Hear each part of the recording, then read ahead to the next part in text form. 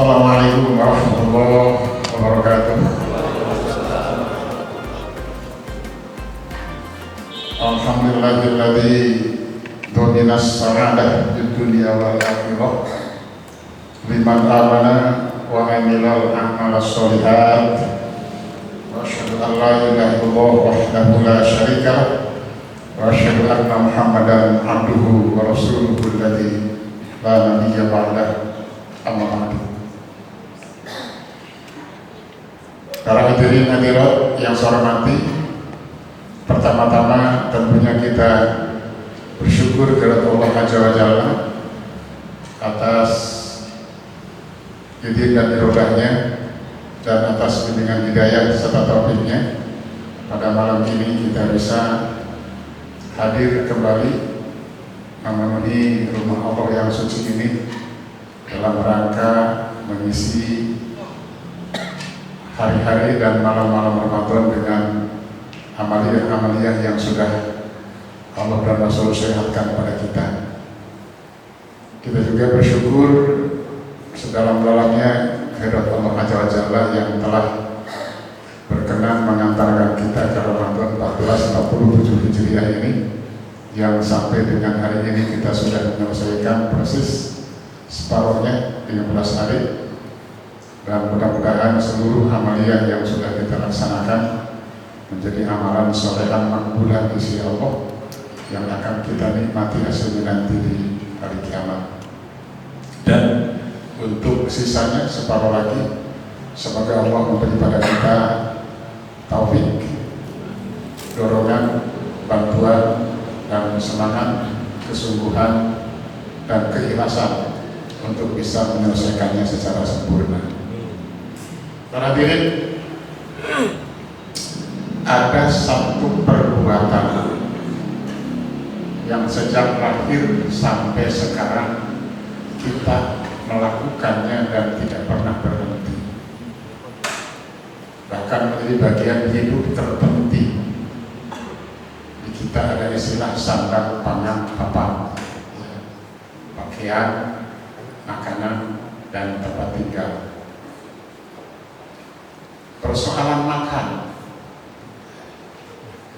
ini persoalan yang kelihatan sangat sederhana sehingga luput dari perhatian kita. Padahal sesungguhnya para hadirin, dalam urusan makan dalam perspektif Islam itu bukan sekedar masalah perut, tetapi ia merupakan bagian dari sistem ibadah yang mengintegrasikan tauhid, fikih, dan akhlak. Ayat-ayat Al-Quran dan hadis-hadis Rasul kalau kita telusuri, misalnya dalam Al-Quran, Al-Baqarah ayat 168, 172, Al-Maidah ayat 3, Al-A'raf ayat 31, Al-Isra 26, 27, dan sebagainya, itu menegaskan tentang prinsip makan di dalam Islam. Ayat itu menegaskan kepada kita bahwa makan dalam Islam sekali lagi bukan sekedar pemenuhan biologis atau syahwat kebutuhan jasmani, tetapi sebuah makan berada di bawah konsep tauhid, pengakuan terhadap Allah sebagai pemberi rezeki. Kemudian konsep fikih, ada halal, ada haram, ada makruh. Dan konsep akhlak, di situ ada kesederhanaan, ada rasa empati pada sesama, tidak takdir dan sebagainya. Nah, jika tauhid sudah menjadi landasan dalam makan, fikih sudah dibatasan dalam halal haram, dan akhlak sudah menjadi jiwa, maka makan yang sederhana itu berubah dari perbuatan yang sifatnya keduniaan menjadi jalan pengabdian kepada Allah Subhanahu wa Ta'ala. Coba kita lihat bersama para hadirin. Prinsip tauhid yang ada pada makan itu, satu pengakuan bahwa Allah itu pemberi memberi rezeki. Apa rezeki yang kita terima itu dari Allah Azza wa Jalla. Al-Baqarah 168 mengatakan, A'udzubillahi minasyaitonir rajim, ya ayyuhan nas kulu mimma fil ardi halalan thayyiban wa la tattabi'u khutuwatis syaiton innahu lakum aduwwun mubin. Baik sekalian manusia, makanlah oleh kalian apa yang ada di muka bumi ini yang halal dan yang thayyib, dan janganlah kalian mengikuti jejak-jejak setan dalam makan itu, karena syaitan itu musuh yang nyata bagimu. Para jemaah, secara tegas ayat ini menyatakan bahwa rizki yang kita terima, rizki yang kita makan, rizki yang kita nikmati itu diberikan oleh Allah Ta'ala kepada kita, bukan semata-mata hasil ikhtiar kita, bukan semata-mata hasil pekerjaan kita. Dan ini memutuskan atau meniadakan ilusi manusia yang sering kali mengatakan bahwa aku hebat, aku kuat, aku bisa, aku mampu. Semuanya tidak, para jemaah. Semuanya diberikan oleh Allah Ta'ala kepada kita. Di ayat lain Allah menegaskan, Innallaha huwa razzaq dzul quwwatil matin. Sesungguhnya Allah dia adalah pemberi rezeki pada seluruh hambanya, apalagi umat manusia. Dia maha kokoh, dia maha kuat. Itu satu. Kedua, para jemaah, syukur sebagai konsekuensi tauhid tadi. Dalam Al-Baqarah 178 juga Allah berfirman, kalau tadi ya ayyuhan nas, ini ya ayyuhalladzina amanu kulu min thayyibati ma razaqnakum washkuru lahu in kuntum iyyahu ta'budun. Wahai orang-orang yang beriman, makanlah oleh kamu dari rezeki yang telah Allah berikan kepadamu yang baik-baik. Washkuru lahu, dan bersyukurlah kalian kepadanya. In kuntum iyyahu ta'budun, jika memang kamu hanya kepadanya atau kepada Allah beribadah atau menyembah. Para jemaah kata ulama, syukur itu merupakan, ini syukur nyata, ini syukur yang betul-betul bukti, syukur dengan perbuatan. Jadi memakan makanan itu sebagai bagian syukur kita kepada Allah Ta'ala atas rezeki yang diberikan. Dan kata para ulama, syukur dengan perbuatan itu adalah tingkat syukur yang paling tinggi. Ada tiga kan syukur itu. Satu, syukur dengan hati, mengakui bahwa apa yang didapat dan terima juga dinikmati itu adalah dari Allah. Yang kedua, syukur dengan lisan, memuji si pemberinya dengan ucapan alhamdulillah. Dan ketiga, syukur dengan perbuatan, memanfaatkan seluruh pemberian Allah, khususnya rezeki yang berupa makanan, untuk ibadah kepada Allah sesuai dengan tujuan Allah Ta'ala memberikannya. Itu syukur. Sekali lagi, konsekuensi dari tauhid. Tidak akan ada rasa syukur, atau tidak, seseorang tidak akan bersyukur kalau tidak meyakini apa yang didapatnya itu adalah merupakan anugerah atau karunia dan nikmat dari Allah Subhanahu wa Ta'ala. Yang ada bukanlah syukur, tapi seperti Qur'an mengatakan, innama utitu ala ilmin indi, kata Qur'an, semua yang ku dapat, semua yang ku miliki, semua yang akan dimati, itu adalah hasil jerih payahku. Nabi Sulaiman beda. Apa yang dia miliki, apa yang dia dapat, semuanya dia katakan hada min fadli Rabbi. Ini semua karunia dari Rabb Allah Azza wa Jalla. Lihat dua di ashkuru am akfur, agar Allah memujiku, siapa aku bersyukur atau kufur. Jadi syukur konsekuensi dari iman. Baik, itu pertama, bahwa dalam makan dan makanan itu ada nilai-nilai tauhid. Maka orang yang beriman ketika menyantap apapun, dia akan menghubungkannya dengan Allah Azza wa Jalla. Kedua, nilai-nilai fikih yang ada di dalam makan. Kita ambil satu saja di yang dekat di Al-Maidah ayat 3. Hurrimat alaikumul maitatu waddam walahmul khinzir wa ma uhilla bihi ligairillah.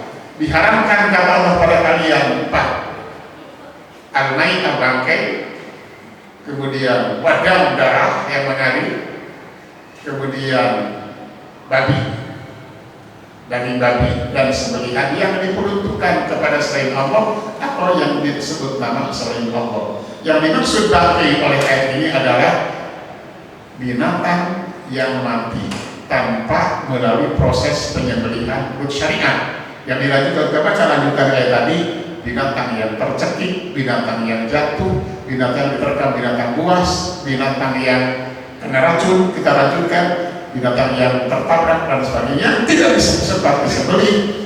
Itu yang maksud dengan bangkai. Ini adalah halal, haram. Dan pada ayat 18 Al-Baqarah tadi Allah mengatakan yang halal saja yang boleh dimakan. Bahkan bukan hanya halal, tapi thayyib. Ini kasih sayang Allah pada Allah menyuruh makan yang thayyib, bukan hanya halal, sayang kepada kita agar satu, manfaat dan maslahat untuk tubuh. Dengan kata lain, Allah menyuruh makan yang halal dan yang thayyib, sayangi dan jaga tubuhmu, jangan sampai tubuh merusak gara-gara makanan yang dikonsumsi. Itu konsep fikih para jemaah. Maka orang-orang muslim yang taat kepada Allah Azza wa Jalla tidak akan memakan makanan yang haram secara zahir yang disebut oleh ayat tadi, atau makanan-makanan yang haram yang didapat dengan cara yang tidak halal. Rupiah itu halal jika didapat dengan cara yang tidak benar menjadi haram. Maka orang mukmin tidak akan melakukan itu. Dia akan bekerja di tempat yang halal agar mendapatkan hasil yang halal, agar makan yang halal, dan agar memberikan nafkah pada anak istri yang halal. Itu konsep makan dalam Islam dari aspek fikih. Ya, tidak boleh kita menghilangkan atau meniadakan nilai-nilai fikih dalam makan.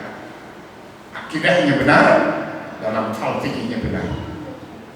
Yang ketiganya para hadirin, dimensi akhlak dalam makan. Ini luar biasa para jemaah. Misalnya kesederhanaan dalam makan.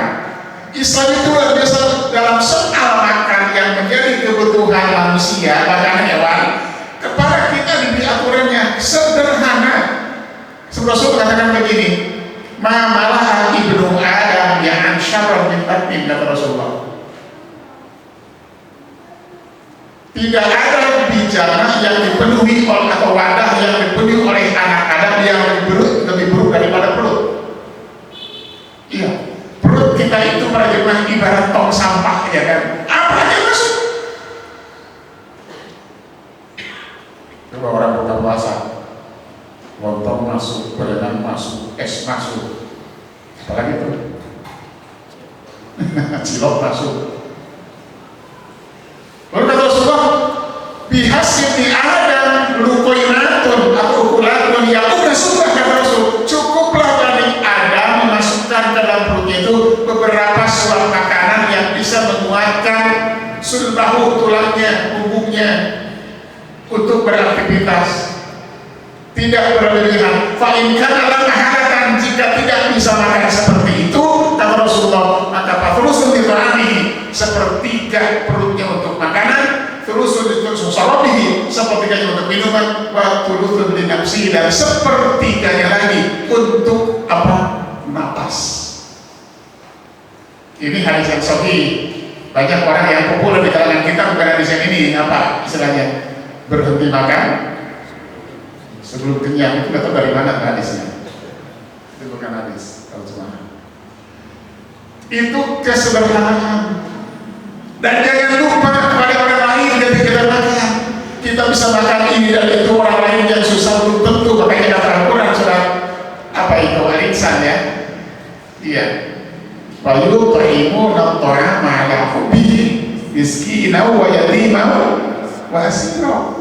Jangan lupa beri makan ala hubbihi, makanan yang kita punya, yang kita santap, kepada siapa? Yatiman, pada anak yatim yang susah. Al miskinan, orang miskin pasti susah ya kan. Wa asira, dan terlebih di bulan Ramadan yang Rasul katakan, man aftara iman, barang siapa yang memberi buka puasa kepada orang yang berpuasa, maka pahalanya sama dengan nilai puasa. Diberi makan, memberi buka puasa, walaupun sesederhana mungkin, pahalanya sama dengan pahala puasa. Tapi jangan dipelintir nih hadis. Cukup dengan memberi makan buka puasa pada orang yang puasa, dirinya tidak puasa, karena sudah dapat pahala beri makan puasa, beri buka puasa. Kemudian ini akhlaknya berjemaah, akhlak adabnya seperti apa? Kata Rasulullah kepada seorang wanita yang gendong anaknya lalu tangannya raba-raba makanan, kata Rasulullah, ya gulam kul biar ini, wahai anak kecil, makanlah kamu dengan tangan kanan. Wala ta'kul bisimali, jangan makan dengan tangan kiri. Fa inna syaitan ya'kulu bisimali, setan itu makan dan minum dengan tangan kirinya. Tuh, minuman yang hari terbaru, hati-hati jangan. Kalau sudah biasa repret itu pakai kiri lagi, kalau sudah tahu itu setan minum dengan tangan kiri. Gimana kalau tidak silahkan nulis apa, melakukan apa dengan tangan kiri, tapi untuk makan tetap harus tangan kanan. Ketika seorang ibu berkata dengan anaknya dan dia makan dengan tangan kiri, kata Rasulullah, suruh makan dengan tangan kanan. Kata ibunya, Rasul tidak bisa, anak ini tidak. Kata Rasul, tidak ada yang menghalangi dia untuk makan dengan tangan kanan kecuali kesombongan. Gitu. Terus yang keduanya, kata Rasulullah, baca bismillah sebelum makan. Itu adabnya para hadirin. Dan Rasul mengatakan di hadis lain, setan itu ikut makan kepada orang yang makan yang tidak baca bismillah. Jika kita makan tidak baca bismillah, setan ikut makan, makanya dia makannya kesetanan gitu. Itu pada jemaah. Itu adab dalam makan.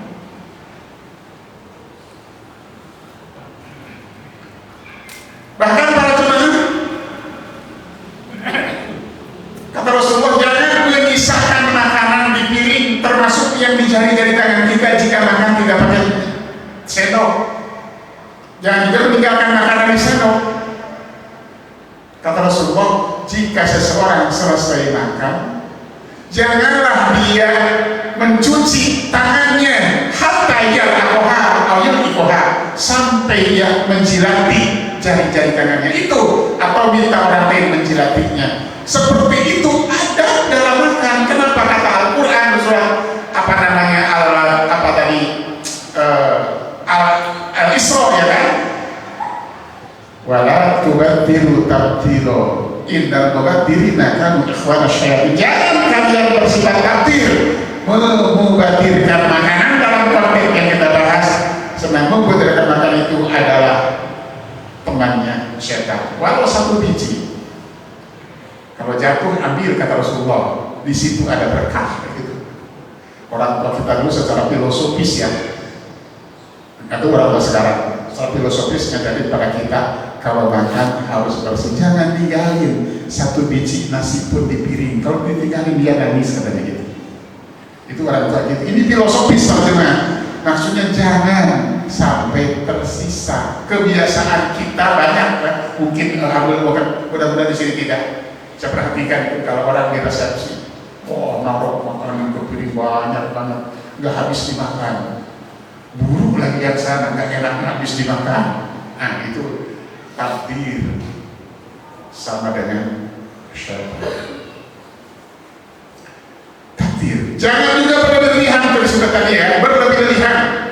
Di surat Al-Isra 31 dikatakan, Kulu wasrobu kata Allah, makan dan minumlah kamu tapi jangan melampaui batas. Innahu la yuhibbul musrifin. Allah tidak suka kepada orang yang melampaui batas. Setelah makan usai, bacalah alhamdulillah setelah makan. Rasul bersabda, alhamdulillahilladzi at'amani hada wa razaqanihi min ghairi haulin minni wala quwwatin ghufir lahu ma taqaddama min dhanbi. Apabila orang selesai makan, ia membaca alhamdulillah alladzi at'amani, yang telah memberi makanan itu kepadaku, min ghairi haulin minni wala quwwatin, tanpa daya dan upaya. Bayangkan, perhatikan, ini doa luar biasa. Setelah kita selesai makan, kita nikmati dan kita kenyang, kita bilang, ya Allah, alhamdulillah segala puji bagimu yang telah beri makanan ini tanpa daya dan kekuatanmu. Sekali lagi, doa ini menegaskan tentang ketauhidan dan mengikis habis keangkuhan dan kesombongan manusia yang mengatakan saya bisa segala-galanya, termasuk makanan ini hasil jerih payahku. Tapi kita akui, min wala quwwatin, tanpa daya dan kekuatanku. Ujung hadis mengatakan, ghufirlahu ma taqaddama min dhanbi, Allah akan ampuni dosa-dosanya yang sudah lalu. Dikasih rezeki oleh Allah, dikasih nikmat menyantap makanan itu sampai kenyang, dosa pun diampuni oleh Allah. Luar biasa jika makan itu tidak hanya sekedar memenuhi kebutuhan jasmani atau perut. Terakhir perhatian, apa yang kita baca setelah buka puasa? Apa yang kita baca? Masih membaca apa namanya? Allah baraka suntuk. Ya, secara riwayat hadisnya tidak kuat, tidak sahih. Doa Allah baraka suntuk ala jazaatul birahmatika ya Rabbi, itu jasa. Yang sahih sebaiknya, seutama-utamanya kita memakai hadis yang sahih. Apa itu? Zahabat toba wabtalatil uruku wa thabatal ajru, insyaallah. Ini luar biasa doa.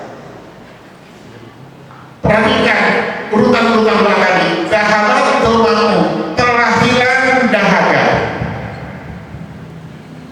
Yang pertama Rasul katakan adalah sesuatu yang buruk, bukan yang baik. Dahaga telah hilang. Wabtalatil uruk, urat-urat sudah basah. Dengan makanan itu dan minuman itu. Puncaknya apa doa itu? Puncak doa tadi, wa thabatal ajru. Itu puncak dari doa tadi. Pahala pun telah tetap. Makanya hadis ini menggunakan kata zahabat doma'u, telah hilang dahaga, menunjukkan kepastian. Setelah kita minum, pasti dahaga hilang, pasti kurang-kurang sudah basah, kenyang pula. Watabatal ajru, ini yang paling penting. Bukan hanya perkara dunia dalam ayat doa ini. Perkara dunianya apa? Hilangnya dahaga, basahnya urat-urat dan tenggorokan. Tapi akhiratnya adalah wasabatal ajru, pahala tetap telah dicapai secara tetap dan secara pasti. Bagi siapa?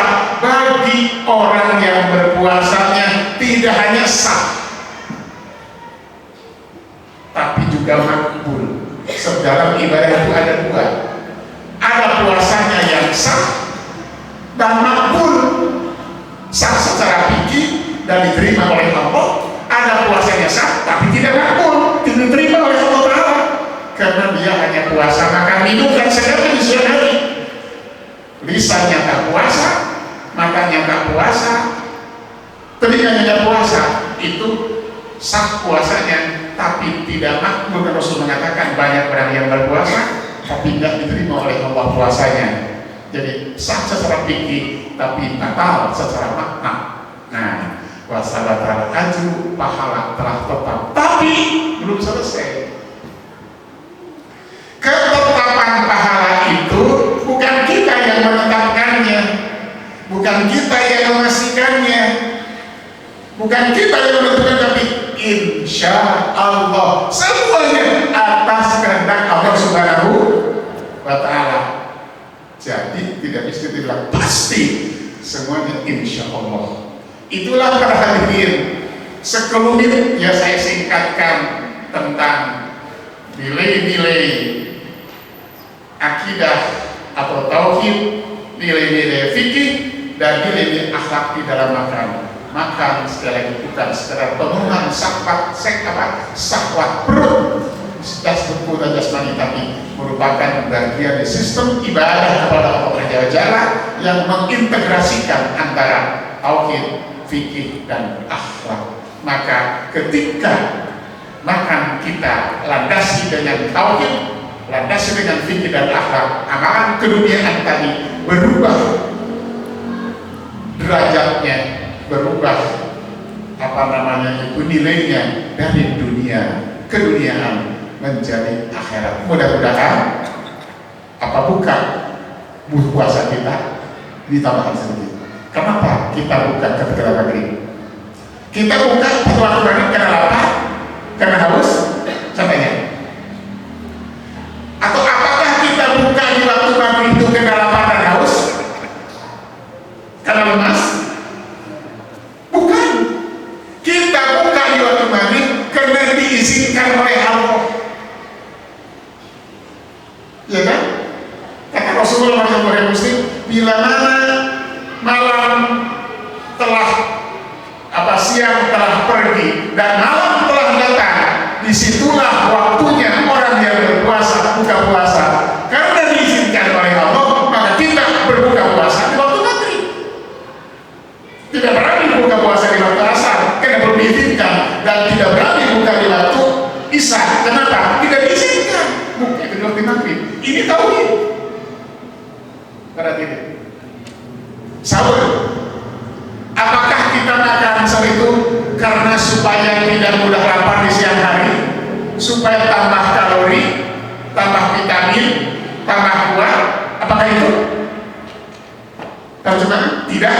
Kita makan sahur karena diperintahkan oleh Allah Subhanahu wa Ta'ala. Al-Baqarah 87 mengatakan, "Kulu washrabu hatta yatabayyana lakum al-khaytul abyad minal khaytil aswad minal fajr." Makanlah kamu di malam hari bulan Ramadan bahasanya sampai datang sampai nampak benang putih dari benang hitam, itu sampai dengan waktu fajar. Dan Rasul bersabda, "As-sahur aqrabun barakah fala tad'un walau annahu tajwadul atamai fa inna wa malaikatahu yusalluna 'alas sahirin." Sahur itu makan yang berkah, kata Rasulullah. Jadi kalian tinggalkan walaupun hanya meneguk seteguk air, karena Allah mencurahkan rahmat pada orang yang sahur. Malaikat pun mendoakannya. Dan Rasul mengatakan, sahur itu adalah pembeda puasa ahli kita dan puasanya para muslim. Jadi sekali lagi, ketika kita makan sahur bukan karena supaya kuat puasa, itu mah hikmahnya, tapi kita makan sahur karena diperintah oleh Allah dan diakhirkan. Ketika maghrib tiba, kita berbuka bukan karena kita lapar dan haus, diperintahkan oleh Allah Ta'ala. Maka Rasul mengatakan, dan bukannya segera, dan Rasul bersabda, "La tazalu ummati bi khairin ma ajal iqor." Wahai Rasul, umatku senantiasa meraih kebaikan selagi mereka mengakhirkan makan sahur dan menyegerakan buka puasa. Semuanya dalam bingkai ibadah kepada Allah Azza wa Jalla. Tauhid dapat, fikih terlaksana, akhlak menjadi jiwa. Itulah amal dunia menjadi akhirat. Semoga bermanfaat. Dari saat ini dan seterusnya, makan jangan sekedar makan, tapi memang pemenuhan kebutuhan jasmani dan perintah Allah Azza wa Jalla. Kurang lebihnya mohon maaf. Rabbana atina fid dunya hasanah wa fil akhirati hasanah wa qina adzabannar. Assalamualaikum warahmatullahi wabarakatuh. Mohon izin saya tidak bisa bergabung terhadap di sini.